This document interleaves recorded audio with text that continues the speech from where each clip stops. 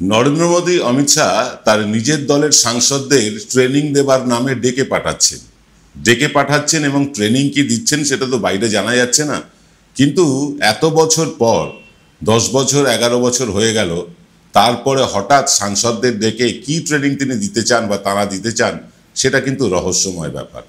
ওদিকে চন্দ্রবাবু নাইডুর ফোন গিয়েছে রাহুল গান্ধীর কাছে। তাহলে কি এনডিএ এবার সত্যি সত্যিই ভাঙতে চলেছে? আপনারা বলবেন আপনি তো এই নিয়ে অনেকবার অনেক কথা বলেছেন, কিন্তু এনডিএ তো একই রকম আছে। হ্যাঁ, বলেছি, যেমন যেমন আমরা খবর পেয়েছি দিল্লি থেকে বলেছি, কিন্তু এবারের খবরটা কিন্তু আগের বারের খবর থেকে অনেক অনেক অনেক আলাদা। অনেক আলাদা এই কারণে বলছি, কারণ এইবারের মতন চাপে মোদী সরকার আর কখনো ছিল না। দিল্লিতে এখন শোরগোল এই নিয়ে। মোদী নাকি এখন খুব টেনশনে আছেন, অমিত শাহ নাকি টেনশনে আছেন। মোদী অমিত শাহকে সরিয়ে দিয়ে পরিস্থিতি সামাল দেওয়ার চেষ্টা করতে চাইবে আরএসএস, এরকমও খবর আছে। দেশের সমস্ত বিরোধী দল, এমনকি নকশালপন্থীরাও ভোট চুরি নিয়ে সরব নির্বাচন কমিশনের বিরুদ্ধে। তখন সিপিএম ঘাপটি মেরে চুপ করে আছে কেন? এটা নিয়েও তো উঠছে প্রশ্ন। সব মিলিয়ে দেশে এই মুহূর্তে রাজনৈতিক পরিস্থিতি যে বেশ ঘোরালো, যে বেশ অশান্ত, সেটা কিন্তু প্রতি মুহূর্তে টের পাচ্ছেন রাজনৈতিক সচেতন প্রতিটি মানুষ। ঘরে বাইরের সাঁড়াশি চাপে বিপর্যস্ত হতে এর আগে গুজরাটি ব্রাদার্সকে আর কেউ কখনো দেখেনি। ম্রিয়মাণ লাগছে, চুপচাপ লাগছে, প্রকাশ্যে কথা বলছেন না। সংসদে ভবনে থেকেও নরেন্দ্র মোদী সংসদের সভাঘরে ঢুকছেন না। তার যে আলাদা রুম আছে, সেই রুমে বসে টিভিতে বসে সংসদের কার্যকলাপ দেখছেন। ওদিকে সামনেই কিন্তু 5 রাজ্যের নির্বাচন, সবচেয়ে আগে হতে চলেছে বিহারের নির্বাচন। সেখানে এসআইআর নিয়ে কিন্তু আসছে বিস্তর অভিযোগ। নীতিশ কুমার অসুস্থ হয়ে পড়েছেন, জানি না কতটা ঠিক কতটা ভুল। আর আবহাওয়াবিদ বলে পরিচিত, ভারতীয় রাজনীতিতে পরিচিত প্রয়াত রামবিলাস পাসওয়ান পুত্র চিরাগ পাসওয়ানও হঠাৎ করে বিজেপিকে ব্ল্যাকমেল করা শুরু করে দিয়েছে। কেন চন্দ্রবাবু নাইডুও বিরোধিতা শুরু করলেন এসআইআর নিয়ে? এই সব কিছু নিয়ে আজকের এক্স ফ্যাক্টরে আলোচনা করব আমরা। অনুষ্ঠানটা একটু দীর্ঘ হবে, আর তার সাথে আরও একবার দেখে নিতে চাইব যে গুজরাটি ভাইদের শাসন ক্ষমতার আয়ু আর ঠিক কতদিন। আমরা এইসব নিয়ে বিস্তর আলোচনা করতে চাই, সবিস্তরে বলতে চাই। অনুষ্ঠানটা একটু দীর্ঘ হতে পারে এই কারণে বলছি, কারণ অনেক বিষয় আলোচনা করতে হবে, অনেকগুলি বিষয় আছে। বামপন্থীরা এসআইআর নিয়ে চুপ কেন, বা ভোট চুরি নিয়ে চুপ কেন বামপন্থীরা? কারণ ভোট চুরির অভিযোগ তাদের বিরুদ্ধে এক সময় ছিল, সেই কারণেই কি তারা মুখ খুলছেন না? আবার এমনও হতে পারে যে তারা হয়তো চাইছেন পশ্চিমবাংলায় যে ভোট চুরি হচ্ছে এটা তারা বিশ্বাস করছেন, তাই তারা স্বচ্ছ একটা ভোটার লিস্ট চাইছেন। তাই মুখে কিছু বলতে না পারলেও ইন্ডিয়া জোটে শরিক হয়ে তারা চুপচাপ সেই জায়গায় অবস্থান নিয়েছেন। চন্দ্রবাবু নাইডু ফোন করছেন রাহুল গান্ধীকে, বিরাট সিগনিফিকেন্ট ব্যাপার, অত্যন্ত তাৎপর্যপূর্ণ ব্যাপার। এই এত বছর ধরে প্রায় 1 বছর 1.5 বছর হয়ে গেল 24-এর নির্বাচনের পর, তারপর থেকে চন্দ্রবাবু নাইডু রাহুল গান্ধীকে ফোন করেছেন এমনটা দেখা যায়নি। রাজনাথ সিং গোপন মিটিং করছেন রাহুল গান্ধীর সাথে। সব মিলিয়ে ব্যাপারটা কেমন যেন লাগছে। বিজেপির অভ্যন্তরে কি চলছে তা জানা যত বড় সাংবাদিক হন না কেন সেটা কিন্তু প্রায় দুঃসাধ্য। হঠাৎ উপরাষ্ট্রপতি জগদীপ ধনখড়, তিনি হঠাৎ কেন পদত্যাগ করে নিরুদ্দেশ হয়ে গেলেন, তা কি কেউ জানতে পেরেছিল আগে থেকে? ধনখড় পদত্যাগ করবার পর ধীরে ধীরে বেরিয়ে আসছে মোদী শাহের সাথে তার বিভিন্ন ইস্যুতে মতানৈক্যের কিছু কিছু উড়ো খবর, কিন্তু পাকা কোনো খবর আসছে না। কোথায় ধনখড় তা কেউ জানে না। পদত্যাগের আগের মুহূর্ত পর্যন্ত কিছুই কেউ জানতো না। একইভাবে বিজেপির সভাপতির পদে নাড্ডার স্থলাভিষিক্ত কে হবে তাই নিয়ে আন্দাজ করা হচ্ছে, বিরাট চাপানুতর চলছে, কিন্তু কিছু সঠিকভাবে বলা যাচ্ছে না।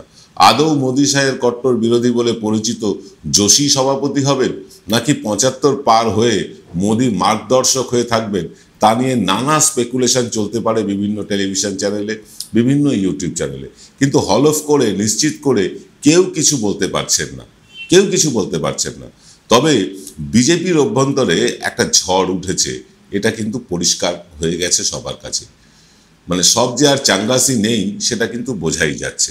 যে পাকিস্তান বিরোধিতাকে হাতিয়ার করে এই দেশে মুসলিম জুজু দেখিয়ে আর মানে মাই ফ্রেন্ড ডোনাল্ড ট্রাম্প করে দেশের প্রায় অর্ধেকের কাছাকাছি হিন্দু ভোট তারা পকেটে পুঁততে পেরেছিলেন, সেই ডোনাল্ড ট্রাম্পই এখন পাকিস্তানের বন্ধু। মুসলমানদের জন্য মানে হিন্দুত্ব আর খতরে মে নেই, এটা কিন্তু দেশের মানুষের কাছে স্পষ্ট। বিগত লোকসভা নির্বাচনের ঠিক আগে অর্ধসমাপ্ত রাম মন্দির উদ্বোধন করে বিজেপি নেতারা ভেবেছিলেন দেশের মানে ৭৮% যে হিন্দু আছে সেই হিন্দু জয় শ্রীরামের নামে দলে দলে গিয়ে ভোট দিতে যাবেন। ফল হলো উল্টো। ৩০৩ আসন থেকে এক ধাক্কায় প্রায় ৬০টা আসন খোয়াতে হলো বিজেপিকে।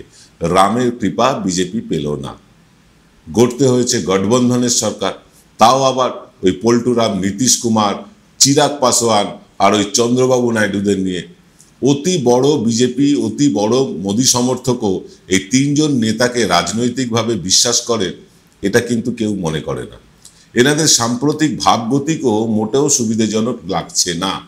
চিরাগ পাসওয়ান এনডিএর শরিক হয়েও হুঙ্কার দিয়েছেন, তিনি কিন্তু সরাসরি হুঙ্কার দিয়েছেন বিজেপিকে, বিহার নির্বাচনে তার দল লোক জনশক্তি পার্টিকে যদি পর্যাপ্ত আসন না ছাড়া হয় তাহলে তিনি বিহারের সব আসনেই প্রার্থী দিয়ে দেবেন।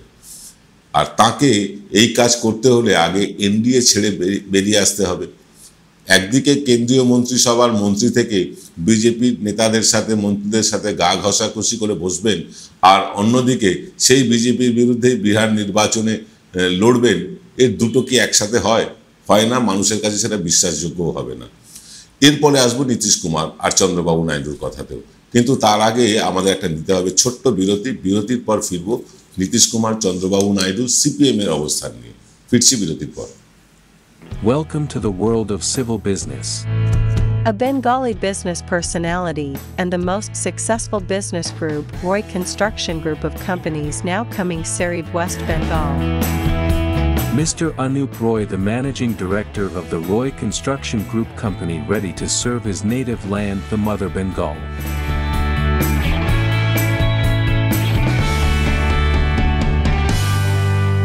Found Kolkata's first ever sweet shop serving so unique items like Dab Malai Curry, Motichur Truffle, Gajor Borfi, Dab Kalakand, and I had to try them. শুধু তাই নয়, শক্তিগড়ের ল্যাংচা, বর্ধমানের সীতাভোগ, মালদার পোস্তকদম, বহরমপুরের ছানা বড়া, এগুলো সবকিছু খেতে হলে আর এত দূরে যেতে হবে না। সুন্দরিনী ন্যাচারালসে পেয়ে যাবে পশ্চিমবঙ্গের বিখ্যাত 10টা জেলার মিষ্টি all under the same roof. এদের বেস্ট সেলার্স কচি ডাবের শাঁস দিয়ে বানানো ডাব মালাইকারি আর কলা পাতায় মোড়া গুড়ের সন্দেশ পাতুরি আর মাস্ট ট্রাই।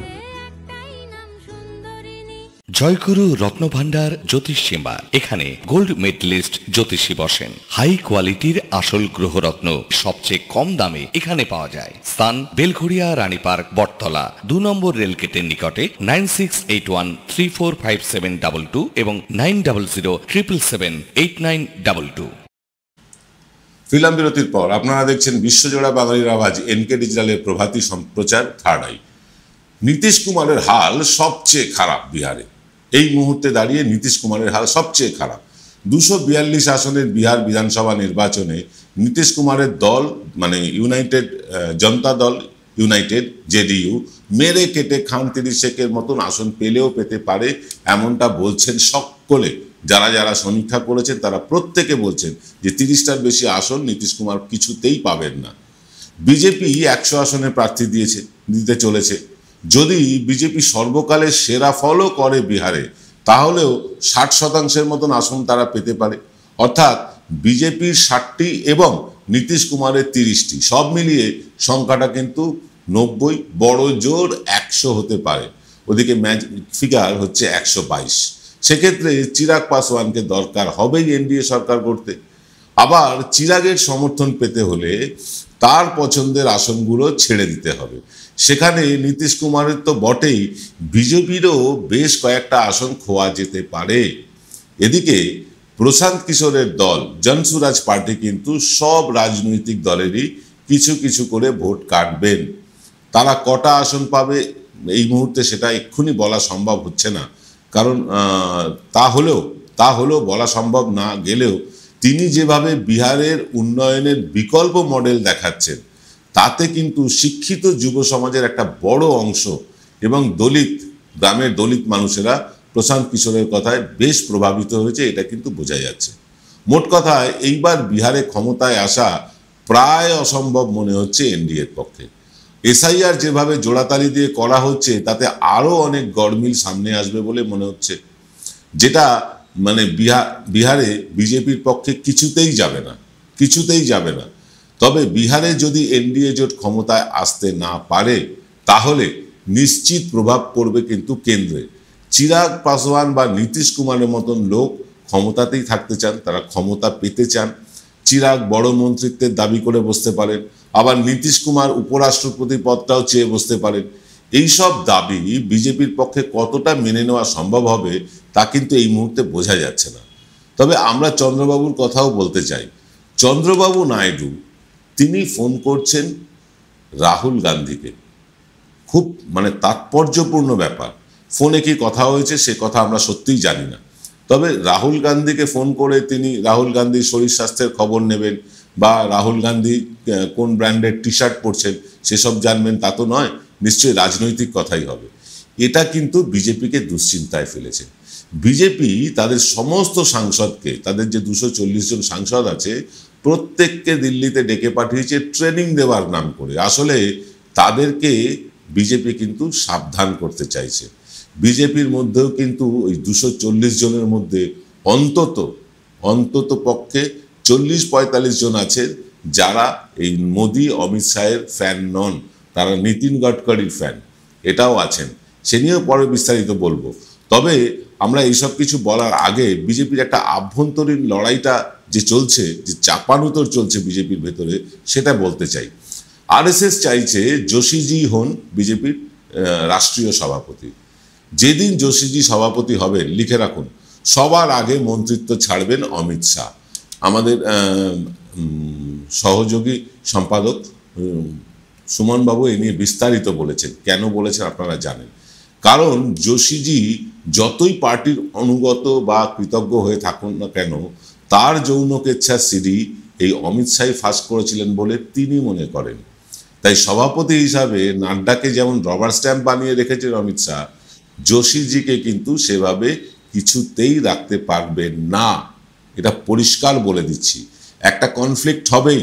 সেই সংঘর্ষ আটকাতে মরিয়া মোদি শাহ তারা মানে এই দুই জুটি আরএসএস এর দরজায় মাথা ঠুকে বেড়াচ্ছেন। আর আরএসএস যদি যোশীকে সভাপতি পদে না আনার দাবি থেকে সরেও আসে, তাহলে তারা 75 বছরের পর অর্থাৎ আগামী 17 সেপ্টেম্বরের পরে মোদিকে মার্গদর্শক হয়ে যাওয়ার ব্যাপারে দাবিতে অনড় থাকবে। তারা এটা বলতে পারে, ঠিক আছে আমরা যোশীজিকে আনছি না, তুমি পদত্যাগ করো, তোমার 75 বছর হয়ে গেছে। দুটোর একটা তো মানতেই হবে। দুটোই মোদি অমিত শাহের কথা চলবে, সেই জায়গায় সম্ভবত আরএসএসও নেই আর বিজেপিও নেই। ফলে মানে হয় মোদি নয় অমিত শাহ, কাউকে না কাউকে কিন্তু এবার সরে যেতেই হবে। মোদি সরলে সেই জায়গায় আসতে পারে নীতিন গডকরি। আগেই বললাম, নীতিন গডকরির সাথে আছেন 40 থেকে 45 জন সাংসদ যারা নীতিন গডকরির ফ্যান। বিজেপির মধ্যে থেকেও তারা চান যে নীতিন গডকরি প্রধানমন্ত্রী হন। নীতিন গডকরি প্রধানমন্ত্রী হয়ে গেলেই তিনি গোটা মন্ত্রিসভা ঢেলে সাজাবেন, এটা বোঝাই যাচ্ছে। তাতে ওই অনুরাগ ঠাকুর, নির্মলা সীতারামন সহ অনেক কেষ্টবিষ্টুদের মন্ত্রীপদ চলে যাবে। মন্ত্রিসভায় অমিত শাহ কিন্তু একা হয়ে যাবে। আমি বলছি না মন্ত্রিসভা থেকে অমিত শাহ বাদ যাবেন, মন্ত্রিসভায় অমিত শাহ একা হয়ে যাবেন। এমনকি তার দফতর নিয়েও কিছু বড়সড় ঘোটালার কথাও সিএজি রিপোর্টে চলে আসতে পারে, ঠিক যেভাবে গডকরির দফতরের ঘোটালার কথা সিএজি রিপোর্টে এসেছিল। 17 সেপ্টেম্বর কিন্তু আর বেশি দেরি নেই, তখনই কিন্তু সবটা ক্লিয়ার হয়ে যাবে। কিন্তু চন্দ্রবাবু নাইডুর ব্যাপারটা ধোঁয়াশাই থেকে যাচ্ছে। এর আগে ডিলিমিটেশন ইস্যু নিয়ে, যখন আসনের ডিলিমিটেশন হয় সেই ইস্যু নিয়ে তিনি তীব্র আপত্তি তুলেছিলেন। ট্রাম্পের অতিরিক্ত শুল্ক নিয়ে সরব হয়েছেন তিনি, কারণ তার রাজ্যই সবচেয়ে বেশি সাফারার ট্রাম্পের এই শুল্ক নিয়ে। 25% শুল্ক হারে চিংড়ি মাছ পাঠানো হতো অন্ধ্রপ্রদেশ থেকে, এখন 50% শুল্ক দিয়ে পাঠাতে হচ্ছে। স্বাভাবিকভাবেই সেখানকার চিংড়ি চাষের উৎসাহ হারাচ্ছেন মানুষ। এবং চন্দ্রবাবু নাইডুর যে সমর্থনের ভিত, সেটা কিন্তু এই অন্ধ্রপ্রদেশের সামুদ্রিক তট জুড়ে। তিনি কিন্তু এই নিয়ে সরব হয়েছেন। এ নিয়ে আমরা আগে একটা অনুষ্ঠান করেওছি, দেখতে পারেন আপনারা। আর এবার কিন্তু সরাসরি এফআইআর করবার হুমকি দিলেন এসআইআর নিয়ে, অর্থাৎ কেসও করতে চান তিনি। এই হুমকি যথেষ্ট চাপে ফেলেছে কেন্দ্রীয় বিজেপিকে। বিজেপি বিরোধী দলগুলো এককাট্টা হয়ে আক্রমণ করছে, তাতেও ক্ষতবিক্ষত বিজেপি। কিন্তু বিরোধীদের এই আক্রমণে সিপিএমকে খুঁজে পাওয়া যাচ্ছে না। তাহলে কি সেই গুজবই সত্যি যে বাংলায় বিজেপি তাদের সহজ কয়েকটা আসন সিপিএমকে ছেড়ে দিয়ে বাকি আসনগুলোতে সিপিএমের যে অবশিষ্ট 5% ভোট সেটাও তারা নিয়ে নিতে চায়? তবে এসবই বাজারে নিন্দুকের রটনা হতে পারে। কিন্তু ঘটনাটা কি, যেখানে সব বিরোধী দল দিল্লির রাজপথে দাঁড়িয়ে প্রতিবাদ আন্দোলন করছে, সেখানে বাংলার সিপিএমের একমাত্র রাজ্যসভার প্রতিনিধি বিকাশ রঞ্জন ভট্টাচার্য নাকে তেল দিয়ে ঘরে ঘুমোচ্ছেন কেন? আমাদের কাজ হচ্ছে সমস্ত তথ্য তুলে ধরা এবং প্রশ্ন করা। আমরা দুটোই করলাম। মন্তব্য করবেন আপনারা, সিদ্ধান্ত নেবেন আপনারাই। আমরা আমাদের যে অনুষ্ঠানগুলো তার খানিকটা বহিরাঙ্গের বদল ঘটিয়েছি। কেমন লাগছে লিখে জানাবেন। আর যারা আমাদের আর্থিকভাবে সাহায্য করেন তাদের প্রত্যেককে অনুরোধ করছি, এই যে পাশে বারকোডটি দেখা যাচ্ছে, এই বারকোডে স্ক্যান করে আমাদের আর্থিক সাহায্য পাঠাতে পারেন, অথবা 9830075869 এই নম্বরে আপনারা কিন্তু ফোনপে, গুগল পে, পেটিএম ইত্যাদি করেও আমাদের পাশে থাকতে পারেন। আমরা প্রত্যাশা করছি আজ রাতে একটা বিশেষ সাক্ষাৎকার দেখাবো। অনেক লোকের সাক্ষাৎকার আপনারা আমাদের এখানে এই চ্যানেলে দেখেছেন, কিন্তু আমরা মুখোমুখি অনুষ্ঠানে আমরা চেষ্টা করছি কংগ্রেসের পণ্ডিত নেতা, শিক্ষিত একজন পণ্ডিত নেতা বাংলার সুমন রায়চৌধুরী, তার সাথে সাক্ষাৎকার একটা আপনাদের দেখানোর চেষ্টা করব। এসআইআর নিয়ে তার মন্তব্য, পশ্চিমবাংলার সরকার নিয়ে তার মন্তব্য, বামপন্থীদের নিয়ে তার কী চিন্তাভাবনা, সব জানার চেষ্টা করব আজ রাত 8টায়। যদি তিনি সময় দিতে পারেন নিশ্চয়ই সেই অনুষ্ঠান আমরা সম্প্রচার করব। এবেলা এই পর্যন্ত। দেখা হবে বিকেল 5টার প্রবীর প্লাসের 5টার প্রবচন অনুষ্ঠানে। সকলে ভালো থাকবেন। নমস্কার।